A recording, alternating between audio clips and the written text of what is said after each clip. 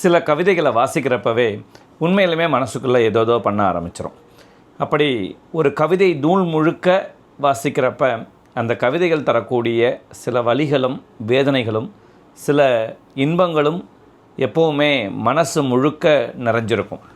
அப்படி சமீபத்தில் நான் வாசித்த ஒரு கவிதை நூல் நாங்களும் உண்டு.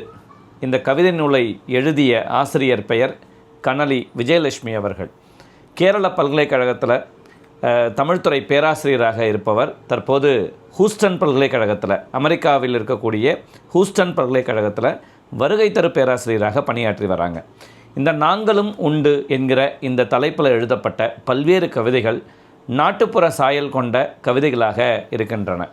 மொழி நடை தொடங்கி எல்லாமே எளிய சொற்களை கொண்டு மக்களுடைய பேச்சு வழக்கில் இருக்கக்கூடிய அந்த சொற்களை கையாண்டு இந்த கவிதைகள் எழுதப்பட்டிருக்கின்றன.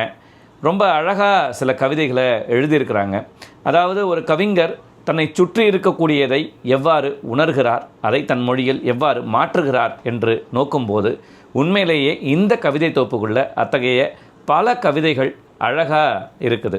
ஒவ்வொரு கவிதையும் வாசிக்கிறப்ப சில வழிகளை அந்த கவிதைகள் எங்கேயாவது ஒரு இடத்துக்குள்ளே நம்மளை கொண்டு போய் அது நிறுத்தி பார்க்குது அப்படின்றது இந்த கவிதை தொகுதியோட தனிச்சிறப்பு என்றே சொல்லலாம். அப்படி ஒரு கவிதையை நான் சொல்லணும் அப்படின்னா, சதிக்குழி அப்படின்ற தலைப்பில் எழுதப்பட்ட ஒரு கவிதை.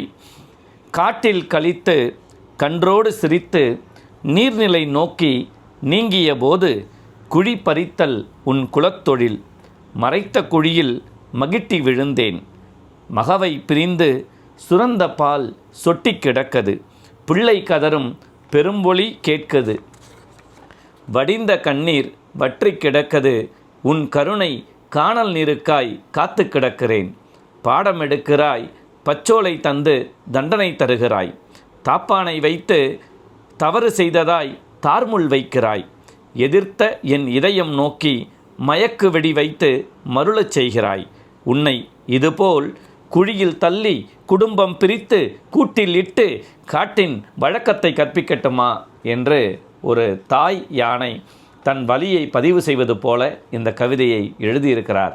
இதுபோல் இதில் இருக்கக்கூடிய ஒவ்வொரு கவிதையுமே ஒரு நல்ல கவிதையாக, ஒரு எளிய மக்களை சென்றடையக்கூடிய கவிதையாக, ஒரு நல்ல வாசகத்தலத்தை உருவாக்கக்கூடிய கவிதைகளாக இந்த கவிதைகள் காண கிடைக்கின்றன. ஒரு நல்ல தொகுப்பு. இந்த தொகுப்பு நாங்களும் உண்டு. இதை வெளியிட்ட பதிப்பகம் புதுக்கவிதை பதிப்பகம். நன்றி.